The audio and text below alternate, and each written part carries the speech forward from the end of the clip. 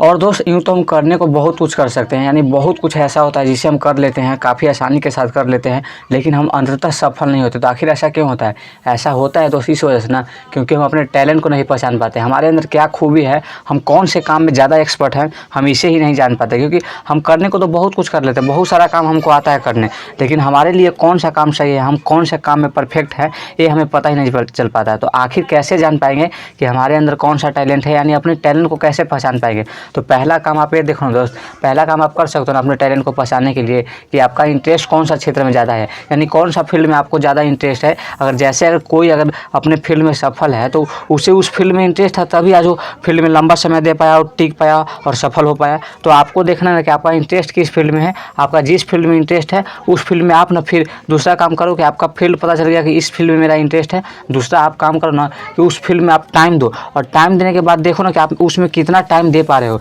लंबा टाइम दे पा रहे हो तो अच्छा बात है, वो फील्ड आपके लिए ही है, वो उस फील्ड में आप बहुत आगे तक जाओगे। उस फील्ड में लंबा टाइम दो, और लंबा टाइम देने के बाद ना अब तीसरा काम आप एक करो कि आपने फील्ड तो चूज़ कर लिया, उसमें टाइम भी दिया, लेकिन अब उसे देखो कि क्या मैं इस फील्ड में आगे की ओर बढ़ रहा हूँ, तो मैं क्या सफलता को पाने की ओर बढ़ रहा हूँ, मैं तेज़ी से बढ़ रहा हूँ कि नहीं, यानी संभावना कितना है, यानी जिस फील्ड में मैं इंटर किया हूँ उसमें मैं सक्सेसफुल हो सकता हूँ या नहीं, इसका संभावना है या नहीं, इसे देखने की कोशिश कीजिए, इसे जांचने परखने की कोशिश कीजिए कि आखिर जिस फील्ड में मैं इंटर किया, जिस फील्ड में मैं उतरा, उस फील्ड में कंपटीशन कितना है और मेरे सक्सेस होने का चांस कितना है। तो ये 3 बात का ध्यान रखकर आप अपने टैलेंट को पहचान सकते हैं कि आप किस फील्ड के लिए बने हैं, आपका कैरियर किस फील्ड में बन सकता है। तो आई होप आप मेरी बात समझ पाए होंगे, समझे होंगे तो वीडियो को लाइक से सब्सक्राइब कीजिएगा। धन्यवाद दोस्त।